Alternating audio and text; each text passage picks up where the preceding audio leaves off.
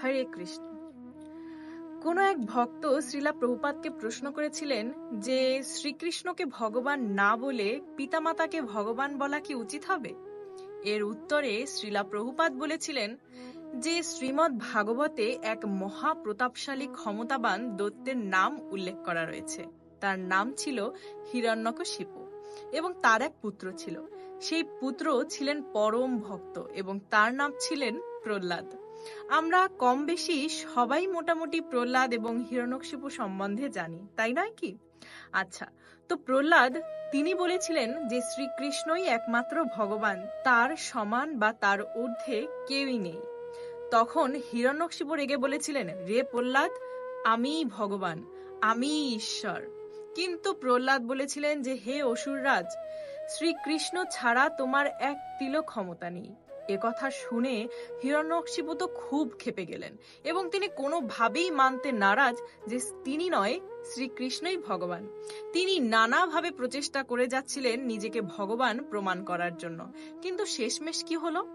ভগবানের অবতার শ্রী নৃসিংহদেবের হাতে নাড়ি ভুঁড়ি ছিঁড়াছিঁড়ি হয়ে খুব বাজেভাবে হিরণ্যকশিপুকে প্রাণ দিতে হয়েছিল। তো এখনকার কোনো পিতামাতাই কিন্তু হিরণ্যকশিপুর মতো ক্ষমতাবান নন এবং আমাদের কারো পিতামাতা এটা দাবিও করে না যে হে পুত্র, আমিই ভগবান, শ্রীকৃষ্ণ ভগবান নয়। আসলে এখন কেউ হয়তো বা আমাকে অনেক কথা বলবেন যে মাতা পিতা কি ভগবান নয়? হ্যাঁ, ভগবানের পরে অবশ্যই, শ্রীকৃষ্ণের পরে অবশ্যই আমাদের জন্মদাতা মাতা পিতাও আমাদের কাছে ভগবানের সমতুল্য। পিতামাতা আমাদের জন্ম দিয়েছেন, লালন পালন করেছেন, অক্লান্ত পরিশ্রম করে আমাদের ভরণ পোষণ করেছেন, সুতরাং তারা আমাদের কাছে ভগবান।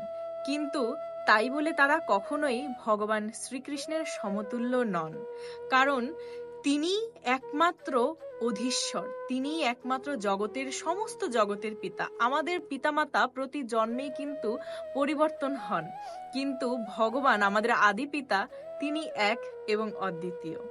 পিতামাতাকে পূজা করা, পিতামাতার পদসেবা করা আমাদের কর্তব্য। কিন্তু তাই বলে শ্রীকৃষ্ণকে বাদ দিয়ে, ভগবানকে বাদ দিয়ে পিতামাতাকে ভগবান বলা আসলে কি সমীচীন? আপনার মতামত কি? অবশ্যই কিন্তু কমেন্টে জানাবেন।